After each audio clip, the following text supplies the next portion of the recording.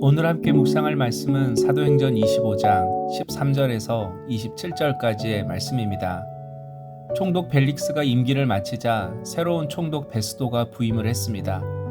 그는 유대 종교 지도자들의 눈치를 보면서 그들의 요구대로 예루살렘에서 재판을 제기하려고 했습니다.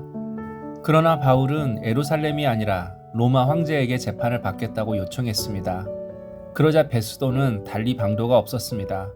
바울이 로마 시민권자임을 알고 있었기 때문입니다. 그래서 바울의 요청대로 로마 황제에게 재판을 받게 해야 했습니다. 그리고 로마 황제의 법정에 설 때까지 바울을 보호해야 했습니다. 하지만 한 가지 문제가 있었습니다. 바울의 재판과 관련해서 재판 보고서를 로마 황제에게 보내야 한다는 것입니다.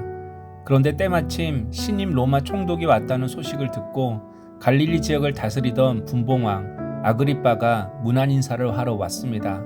그래서 14절 여러 날을 있더니 베스도가 바울의 일로 왕에게 고하여 이르되 벨릭스가 한 사람을 구류하여 두었는데 총독 베스도가 유대인의 종교와 문화에 익숙한 아그리빠 왕에게 도움을 요청했습니다.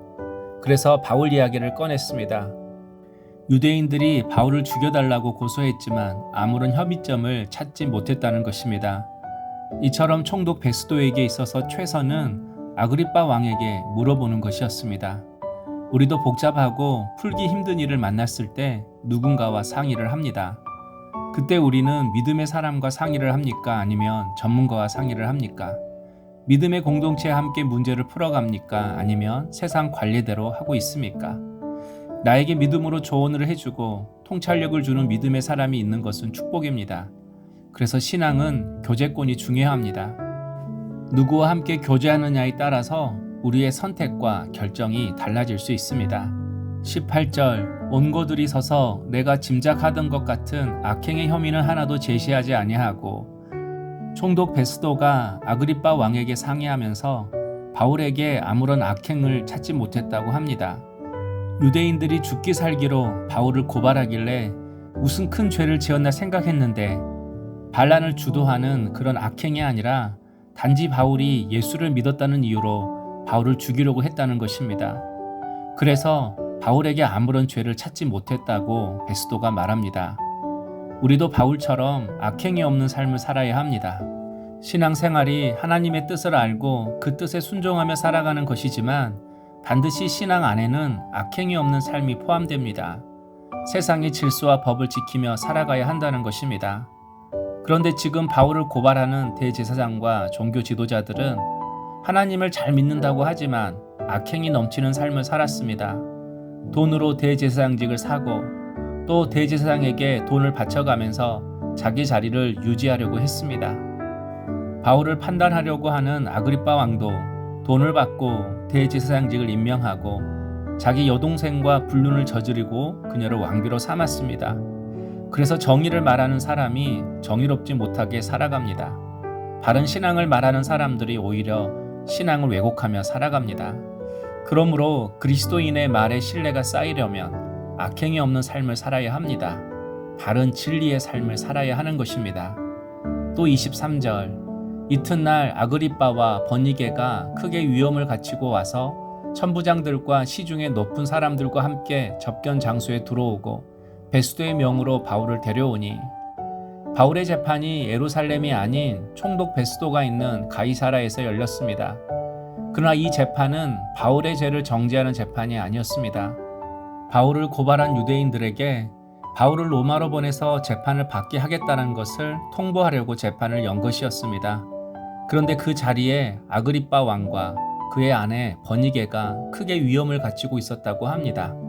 화려한 옷을 입고 자기 주의를 자랑하며 있었다는 것입니다. 그러나 반면에 바울은 2년 동안 구금되어 있었기 때문에 초라한 모습이었을 것입니다. 사람들의 눈에는 아그리빠는 성공한 사람, 바울은 실패한 사람처럼 보였을 것입니다. 그러나 하나님의 눈은 다릅니다. 하나님은 누구를 더 귀하고 아름답게 보았겠습니까? 단연코 바울이었을 것입니다. 아무리 화려한 옷을 입고 있어도 자기 욕망에 찌든 악취를 풍기는 삶을 살아왔던 아그리빠와는 달리 바울은 아무리 초라한 옷을 입었지만 그리스도의 향기를 풍기며 살아왔습니다. 성령의 위엄과 권세로 살아왔습니다.